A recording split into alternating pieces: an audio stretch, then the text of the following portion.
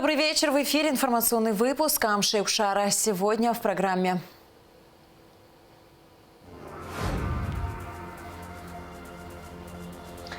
Граждане, занимающиеся нелегальной экскурсионной деятельностью, будут облагаться штрафами. В Абхазию прибыли беженцы из Донецкой и Луганской народных республик. Они размещены в Сухуми в пансионате «Айтар». Специалисты Абхазской железной дороги приступили к расчистке, ремонту и благоустройству железнодорожной станции Гагрыбш.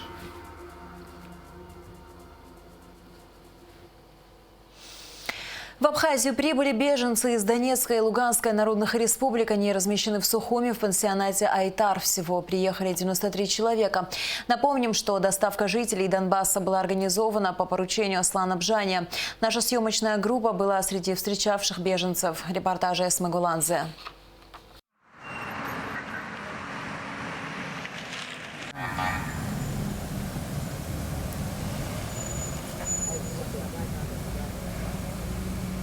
«93 человека эвакуированы в Абхазию из Луганской и Донецкой народных республик. Среди них более 50 детей и 1 пенсионер.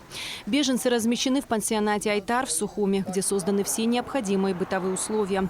Массовая эвакуация гражданского населения ДНР и ЛНР была объявлена в связи с обострением ситуации в зоне конфликта. В первую очередь эвакуация касается женщин, детей и людей пожилого возраста. Дорога была, конечно, немного утомительная. Встретили нас замечательно. Спасибо огромное Министерству МЧС и Абхазии. Мы немножко, конечно, устали, но в целом чувствуем себя прекрасно. Встретили хорошо, мне понравилось. Хорошо, такие все доброжелательные. Это мои внуки, я бабушка, а родители остались там. По поручению президента Аслана Бжания доставку беженцев организовало Министерство по чрезвычайным ситуациям Абхазии. Колонна МЧС состояла из 2 автобусов, реанимобиля и автомобиля сопровождения. По согласованию спасательных ведомств Абхазии, ЛНР и ДНР эвакуация проходила на 2 контрольно-пропускных пунктах на границе с Россией. У Успенка есть переход ближе к Донецкой до Народной Республики. Там мы на границе забрали 38 в общем количестве людей. В Луганск заехали без автобуса. Встретились там с министром по чрезвычайной ситуации, с моим коллегом. Обсудили вопросы, как и в дальнейшем сотрудничать в этом плане. А потом уже сразу, самое важное, что они сами доставили детей до границы. Мы ехали совершенно спокойно, останавливались практически там каждый час. И никому по дороге не стало плохо. Все прошло в таком штатном режиме, все нормально. Во второй половине дня Лев Квициния провел брифинг, на котором также рассказал представителям СМИ о процессе транспортировки, размещения беженцев. Министр подчеркнул, что при необходимости ведомство готово принимать еще беженцев и оказывать им гуманитарную помощь. Чтобы определить четко какую-то цифру обозначить, я не могу, но факт то, что мы сможем еще принять, но опять-таки я повторюсь, это зависит от самой ситуации. Вы понимаете, мы говорим там, допустим, давайте мы в состоянии там еще 200 человек принять, там 300 образно, да, но не дай бог там будет ситуация и в этом будет необходимость, конечно, мы будем обращаться и к населению. Было такое, когда мы даже готовили гуманитарную операцию в Донецк, начиная от бабушек, не знаю, кто только к нам не обращался, приносили там детские игрушки, теплые вещи, даже продукты. На брифинге также поднимался вопрос соблюдения антиковидных мер среди прибывших жителей Донбасса. Они приехали сегодня, отдохнут, и с завтрашнего дня мы будем проверять. Минздрав готова к этому, и наше медицинское управление. Конечно, каждый, который приехал, будет проверен, несмотря на то, что нам было сказано, что там нет больных. Оно и видно, потому что это семьи, дети. По распоряжению правительства прибывшим беженцам раздали бесплатные сим-карты от сотового оператора «Мобайл». В течение месяца они могут совершать звонки бесплатно. Эсма Гуланзе, Михаил Братухин, Абхазское телевидение. В ночь с 23 на 24 февраля Владимир Путин выступил с обращением к жителям России. Он сообщил о начале спецоперации военных сил на территории республик Донбасса. Решение о вводе войск было принято согласно подписанным с ДНР и ЛНР договорам о дружбе, сотрудничестве и взаимопомощи. Мною принято решение о проведении специальной военной операции. Ее цель – защита людей, которые на протяжении 8 лет подвергаются издевательствам, геноциду со стороны киевского режима. И для этого мы будем стремиться к демилитаризации и денацификации Украины, а также преданию суду тех, кто совершил многочисленные кровавые преступления против мирных жителей, в том числе и граждан Российской Федерации. При этом в наши планы не входит оккупация украинских территорий. Мы никому и ничего не собираемся навязывать силой. Вместе с тем мы слышим, что в последнее время на Западе все чаще звучат слова о том, что подписанные с советским тоталитарным режимом документы, закрепляющие итоги Второй мировой войны, не следует уже и выполнять. Ну что же, что ответить на это? Итоги Второй мировой войны, как и жертвы, принесенные нашим народом на алтарь победы над нацизмом, священны. Но это не противоречит высоким ценностям прав и свобод человека, исходя из тех реалий, которые сложились на сегодня за все послевоенные десятилетия. Также не отменяет право нации на самоопределение, закрепленное в статье 1 Устава ООН. Напомню, что ни при создании СССР, ни после Второй мировой войны людей, проживавших на тех или иных территориях, входящих в современную Украину, никто никогда не спрашивал о том, как они сами хотят обустроить свою жизнь. В основе нашей политики – свобода. Свобода выбора для всех самостоятельно определять свое будущее и будущее своих детей. Должен обратиться и к военнослужащим вооруженных сил Украины. Уважаемые товарищи, ваши отцы, деды и прадеды не для того сражались с нацистами, защищая нашу общую родину, чтобы сегодняшние неонацисты захватили власть на Украине. Вы давали присягу на верность украинскому народу, а не антинародной хунте, которая грабит Украину и издевается над этим самым народом. Не исполняйте ее преступных приказов. Призываю вас немедленно сложить оружие и идти домой. Поясню. Все военнослужащие украинской армии, которые выполнят это требование, смогут беспрепятственно покинуть зону боевых действий и вернуться к своим семьям. Еще раз настойчиво подчеркну. Вся ответственность за возможное кровопролитие будет целиком и полностью на совести правящего на территории Украины режима. Теперь несколько важных, очень важных слов для тех, у кого может возникнуть соблазн со стороны вмешаться в происходящее событие.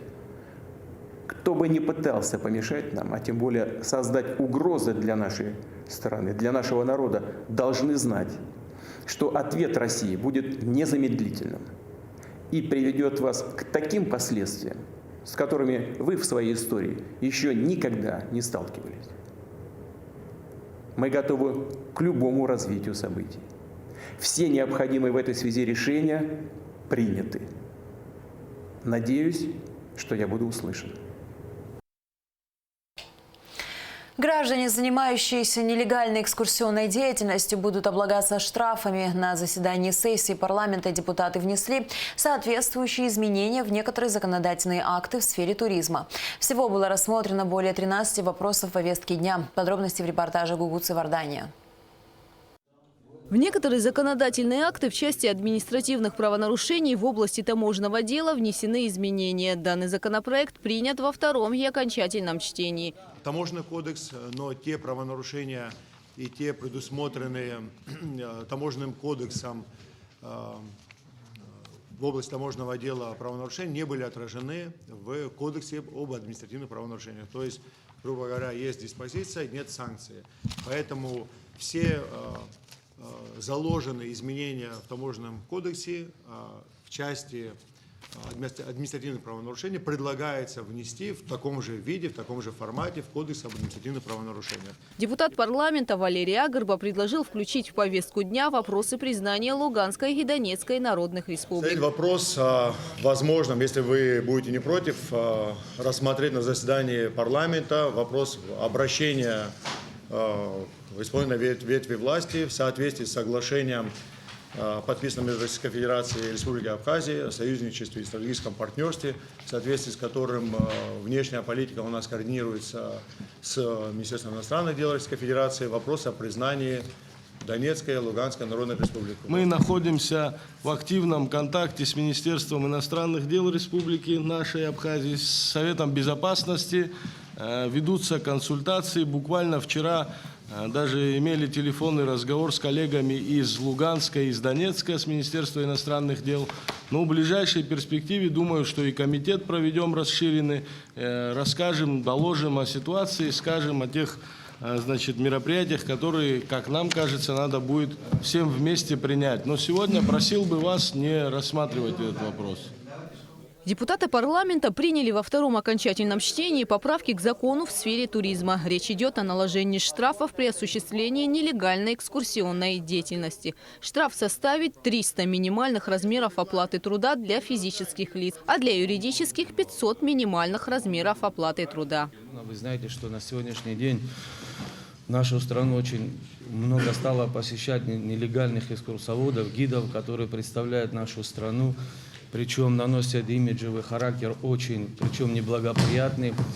Это первый аспект, который они практически не владеют ни историей, ни культурой, ни этнографией народов, даже географическое расположение городов и сел даже практически не знают. Это первое. Второе, многие из них абсолютно за данные услуги не оплачивают никакие налоги, не имеют аттестации, лицензии. Третье, естественно, самое главное, не пополняется бюджет страны.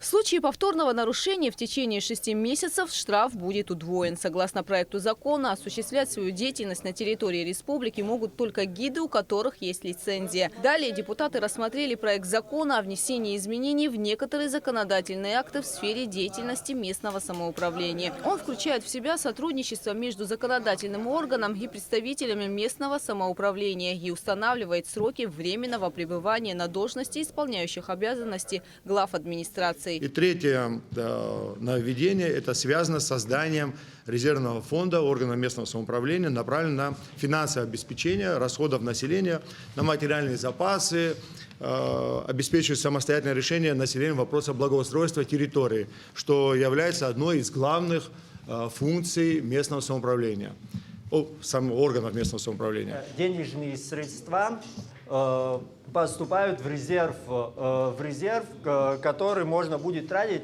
не только исключительно на строительные материалы. Я хочу привести небольшой пример, как это происходит. Когда люди, непосредственно депутаты местного самоуправления приходят к людям, или люди к ним приходят с какими-то просьбами, мы понимаем, что если бы нехватка бюджета не позволяет нам сразу сделать, положить асфальт, поменять трубы, поменять крыши, привести в порядок подъезды.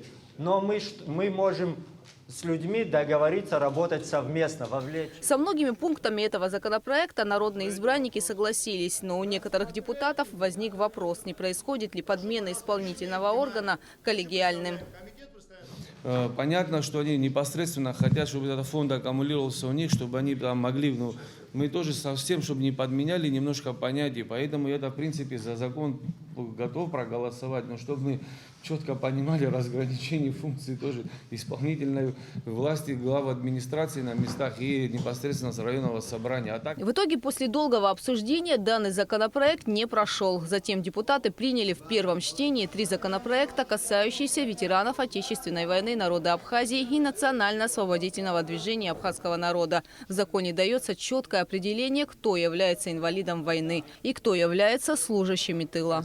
Сюда входят и работники абхазской телерадиокомпании, журналисты, корреспонденты, работники учреждений, организаций культуры и так далее. Врачи, я сейчас не буду всех перечислять. В терминах определяем следующие значения. Кто является ветеран Отечественной войны, доброволец, войны народа Абхазии, участник войны народа Абхазии, ветеран боевых действий на территории Республики Абхазия, инвалид Отечественной войны народа Абхазии, инвалид боевых действий на территории Республики Абхазия.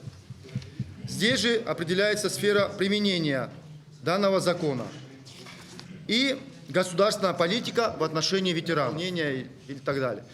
Здесь не говорится о финансовом обосновании, пока мы говорим о параметрах и определяем вот те высшие позиции, о которых я вам сейчас озвучил. Четкие есть разграничения. Дима, могу зачитать.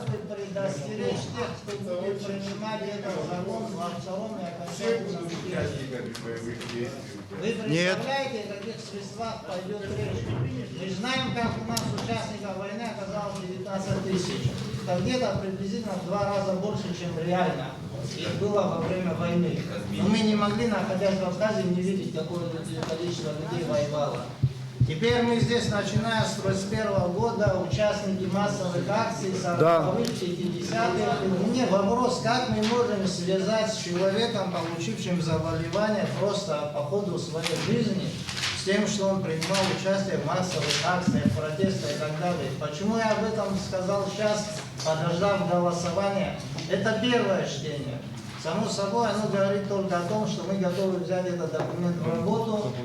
И надеюсь, что в следующем созыве будут люди ответственные, достаточно образованные, чтобы понять, сколько здесь скрытых подводных течений. В повестку дня были внесены еще 3 вопроса. Один из них – закон о стратегических объектах Абхазии. Скажу сразу, неоднозначное к нему отношение, но мы проводили здесь слушание комитетское, как-то общие какие-то точки нашли, сошлись на том, что если законопроект будет подготовлен, то в первое чтение для работы его принять. В итоге законопроект о стратегических объектах Абхазии был принят в первом чтении. В рамках заседания сессии парламента депутат Алхаз Джинжолия предложил обратиться к президенту с предложением преобразовать Госкомитет по репатриации в Министерство по делам репатриации и демографии. Совместными усилиями Народного собрания, аппарата президента, Кабмина, общественности республики в ускоренном темпе разработать программу по демографической политике, надеемся, наивысшего президентского уровня. Учитывая, что уже есть и наработки, и успешный опыт, ваше официальное поручение позволит уже в этом году подойти к ее реализации. Надеемся на ваше понимание и поддержку.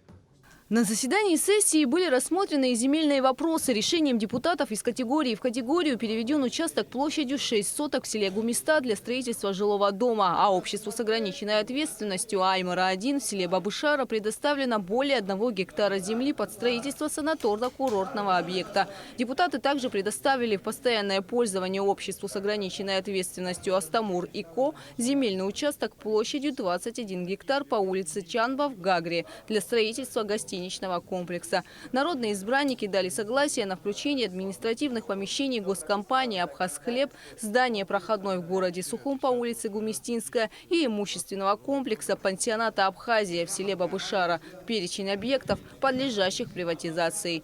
Гугуца Вардания, Алексея Гухова, Абхазское телевидение. В целях обеспечения законности во время проведения избирательной кампании по выборам депутатов Народного собрания распоряжением генпрокурора прокурорам поручено обеспечить рассмотрение жалоб в определенные законом сроки, в том числе в выходные дни. Установить дежурство для осуществления приема граждан на период избирательной кампании, обращать внимание на соблюдение законодательных норм при формировании избирательных комиссий, проведении предвыборной агитации, финансировании избирательной кампании. При выявлении в ходе проверки соблюдения законодательства о выборах признаков преступления незамедлительно организовать проведение проверки сообщения о преступлении. Чуть более 2 недель осталось до главного политического события года – выборов в парламент. Предвыборные кампании кандидатов в депутаты в самом разгаре, а в Центре избиркоме кипит организационная работа. В этом году в условиях пандемии коронавирусной инфекции в ЦИК также должны предусмотреть соблюдение норм безопасности.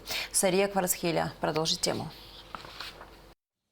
Президентские, парламентские или местные выборы – всегда значимое политическое событие для любой страны. Этот год отличается от предыдущих тем, что голосование будет проходить в условиях пандемии. Для безопасности членов избирательных комиссий и участников голосования Министерство здравоохранения издало ряд рекомендаций, которые направлены в ЦИК для рассмотрения. Мы через пару дней утвердим тот приказ, который был издан министром, согласовав его с комиссией. А те меры, которые будут для тех больных, которые укажут, что они заболеют коронавирусной инфекцией, то это уже будет в соответствии с рекомендациями. Заранее об этом и наши комиссии участковые, окружные будут информированы, и наши избиратели, для того, чтобы максимально обезопасить и членов комиссии, и тех людей, которые заявят желание избирать. Что касается того, что сегодня у нас есть вопросы, которые текущего характера, мы их оперативно решаем. Я думаю, что проблем у нас не должно быть. В 2019 году было решено отменить маркировку пальца и исключить открепительные удостоверения, так как Абхазия – небольшая страна, и в случае необходимости любой гражданин может приехать и проголосовать по месту прописки. А для граждан, которые не могут по состоянию здоровья прийти на участок, будет организована выездная урна. Что касается того, каким образом будут голосовать те люди, которые будут на тот период заявлены ими же, как люди, которые не могут голосовать на местах, тогда Центральная избирательная комиссия, она вправе направить по адресу округа и участка. За пределами округа и участка мы не имеем права выездную урну организовывать. При подготовке к проведению выездного голосования индивидуальный набор для каждого участника рекомендуется укомплектовать заранее. Сария Кварацхеля, Тимур Гогохия, Абхазское телевидение. 25 февраля в 21 час на нашем канале состоятся теледебаты с участием кандидатов в депутаты Народного собрания от 4-го Северного округа. На прямой эфир приглашены Шамиль Адзенба, Эрик Рштуни, Аляс Асабуа, Батал Айба, Давид Чиидзе, Дмитрий Жиба. Затем начнутся теледебаты с участием кандидатов в депутаты 14-го Цандрыбского округа. На прямой эфир приглашен Галус Трапезанян. Напоминаем, что телезрители могут присылать свои вопросы кандидатам на электронную почту. Специалисты Абхазской железной дороги приступили к расчистке, ремонту и благоустройству железнодорожной станции Гагрыбш. На месте работ побывала наша съемочная группа. Репортаж Алики Трапш. Железнодорожная станция Гагрыбш располагается в самом центре курортного города Гагра. Она была построена в 50-х годах прошлого столетия. Сюда приезжали туристы со всего Советского Союза. Но уже много лет станция находится в удручающем состоянии. Вокруг здания все заросло растительностью. Платформа и сама станция были сильно захламлены. Но вот уже почти неделю, как специалисты АЖД приступили к расчистке данной территории. Эти все мероприятия, они имеют прикладное значение для нас. Все они синхронизируются с проектом курсирования туристического поезда в этом году, с мая месяца. Это поезд Туапсе-Гагра, мы хотим его продлить до нового фона.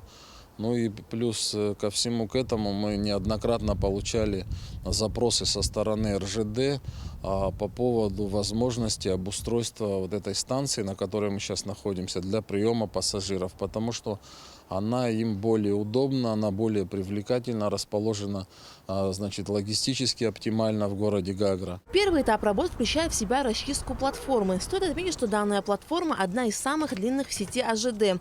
После очистки территории планируется ее обустройство. Провести освещение, поставить лавочки, очистить ливневки, расположенные на противоположной стороне платформы. Все эти работы Абхазская железная дорога осуществляет на собственные средства. Несмотря на то, что станция Гагрыбш заброшена, она не потеряла своей архитектурной и исторической ценности. Потолок здания станции находится в аварийном состоянии, его необходимо демонтировать. Поэтому Абхазская железная дорога проводит работы совместно с Министерством культуры, чтобы в эскизной форме задокументировать конфигурацию лепнины. Хочу подчеркнуть, что это вот первый этап. Углубляться мы будем в работы непосредственно по зданию вокзала только с разрешения Министерства экономики, то есть с их санкций. Да, в будущем, то есть это следующий этап. Мы до этого пока еще не дошли. Они нас контролируют. Мы, значит, за рамки наших компетенций не выходим. Необходимо покрыть здание кровлей, так как оно разрушается. И чтобы приостановить это разрушение, чтобы приостановить воздействие негативных осадков, значит, необходимо сделать кровлю. Но это тоже уже разрешительные, под разрешительные вот эти вот действия подпадает. То есть это тоже надо будет согласовывать, но мы надеемся на этом этапе работ на сотрудничество с администрацией города Гагра. Такие же работы АЖД проводит и на станции Киласур в Сухуми. Очистка платформы там завершена. Совместно с Минкультом ведется работа по сохранению аутентичности лепнины внутри здания. Там тоже это имеет все практическое значение для нас. Там речь идет тоже о круизном поезде, не о туристическом, а о круизном. Там есть разница специфическая. Этот поезд планируется, у него тоже будет свой график. Это тоже начало этого проекта май месяц текущего года. И мы планируем его принимать там, этот поезд на станции Киласур. Работы по расчистке и благоустройству железнодорожных станций Гагрыб-Киласур АЖД планирует завершить до мая. Аля Катрапшира, Мукамки, Абхазское телевидение. Сразу после новостей на нашем канале начнутся теледебаты кандидатов в депутаты Народного собрания от 26-го Дранского округа. На прямой эфир приглашены Илья Гуния, Адгур Харазия и Елена Чечхалия. Затем теледебаты с участием кандидатов в депутаты от 13-го Гагарского городского 2-го округа. На прямой эфир приглашены Алхаз Парцец, Реваз Бения, Изольда Хагба, Александр Цышпа. И в завершении выпуска о погоде.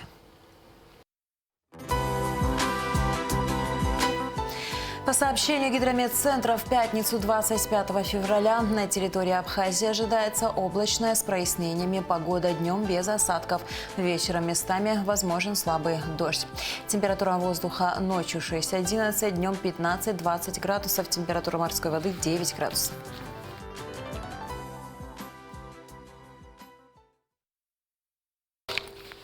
На этом наш выпуск завершен. До скорых встреч в эфире.